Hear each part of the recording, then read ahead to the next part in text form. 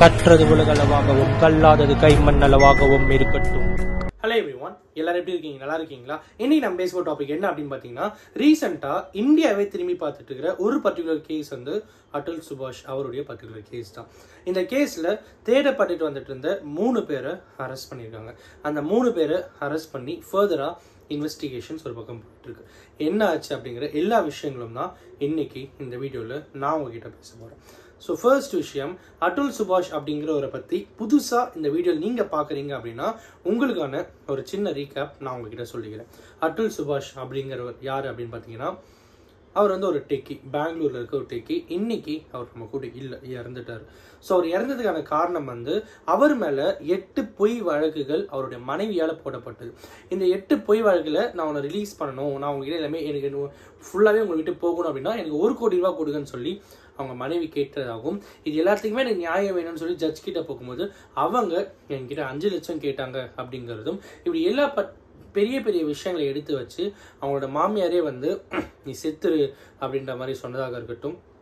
அவர் கோர்ட்டில் ஜட்ஜ் கிட்ட வந்து இந்த மாதிரி நிறைய பேர் கஷ்டப்பட்டுட்டு இருக்காங்க அப்படின்னும் போது, ஓ அப்படியா, அப்படியே நீ சாவாமல் இருக்க, சாக வேண்டியதானே அப்படின்னு சொல்லி அவங்க மனைவி கேட்டதாகவும், அது ஜட்ஜ் வந்து சும்மா இருமா அப்படின்னு சொல்லி சிரித்து ஒரு இதுவாக பண்ணாங்க அப்படிங்கிற மாதிரி ஏகப்பட்ட விஷயங்கள் அவரோட மனசில் புண்ணாக மாறி அது ஒரு நாள் அவரோட உயிரையே எடுத்திருக்கு.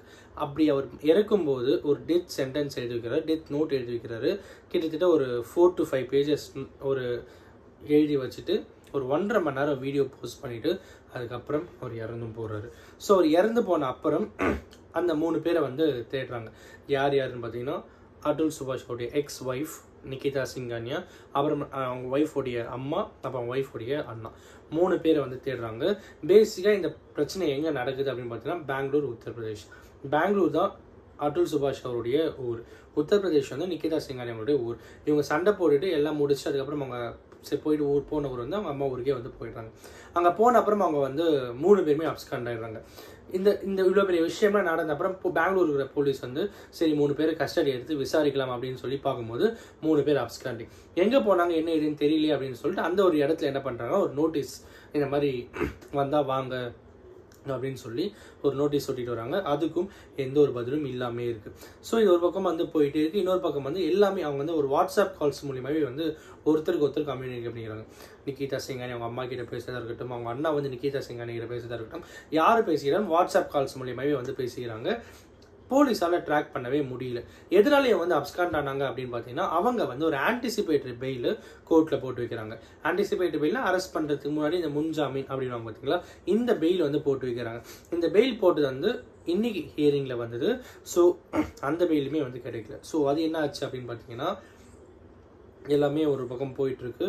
ஸோ 1 week கேப், இந்த பிரச்சனை நடந்து 1 weekல இவங்க ஆன்டிசிபேட்டரி பெயில் போட்டுடுறாங்க. ஆன்டிசிபேட்டரி பெயில் போட்டு 1 week அந்த ஹியரிங் கோர்ட்டில் ஹியரிங் வருது, 1 week ஆகுது. இந்த 1 week அரெஸ்ட் ஆகாமல் இருக்கணும் அப்படிங்கிறதுக்காக அப்ஸ்காண்ட் ஆகிடுறாங்க. ஸோ இதனால தான் அப்ஸ்காண்ட் ஆகிறாங்க.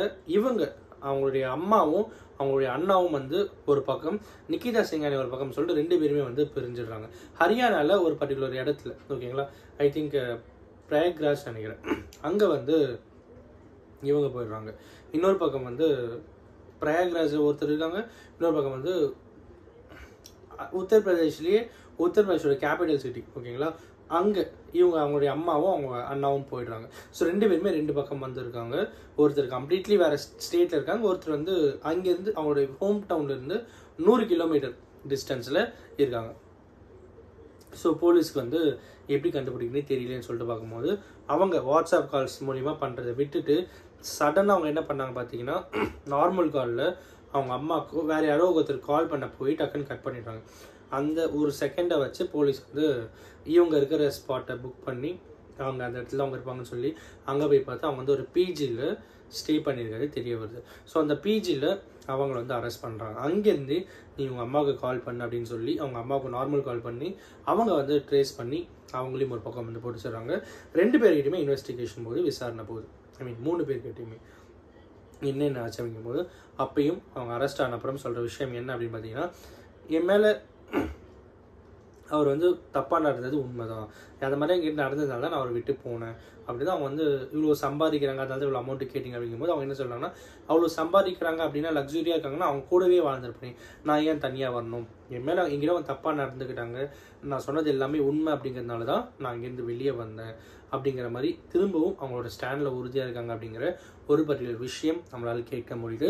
அண்ட் அஃப்கோர்ஸ் இதுதான் சோஃபார் இருக்கிற அப்டேட்டாகவும் இருக்குது. இந்த particular case day by day அடுத்தடுத்த நாளில் கண்டிப்பாக கோர்ட்டில் ஹியரிங் வரும். இந்தியாவே திரும்பி பார்த்துட்டு இருக்கிற ஒரு பர்டிகுலர் கேஸ் தான் இன்றைக்கி நான் உங்ககிட்ட பேசிகிட்டு இருக்கிற கேஸ். அண்ட் எல்லாத்துக்கும் மேலே இதனுடைய ஃபர்தர் அப்டேட் என்ன வந்தாலும் நான் உங்ககிட்ட வந்து ஷேர் பண்ணுறேன். அண்ட் ஆஃப்கோர்ஸ் இந்த வீடியோ யாருன்னா ஒருத்தருக்கு நாலேஜ் ஷேர் சொல்லி நான் நம்புகிறேன். Thanks watch.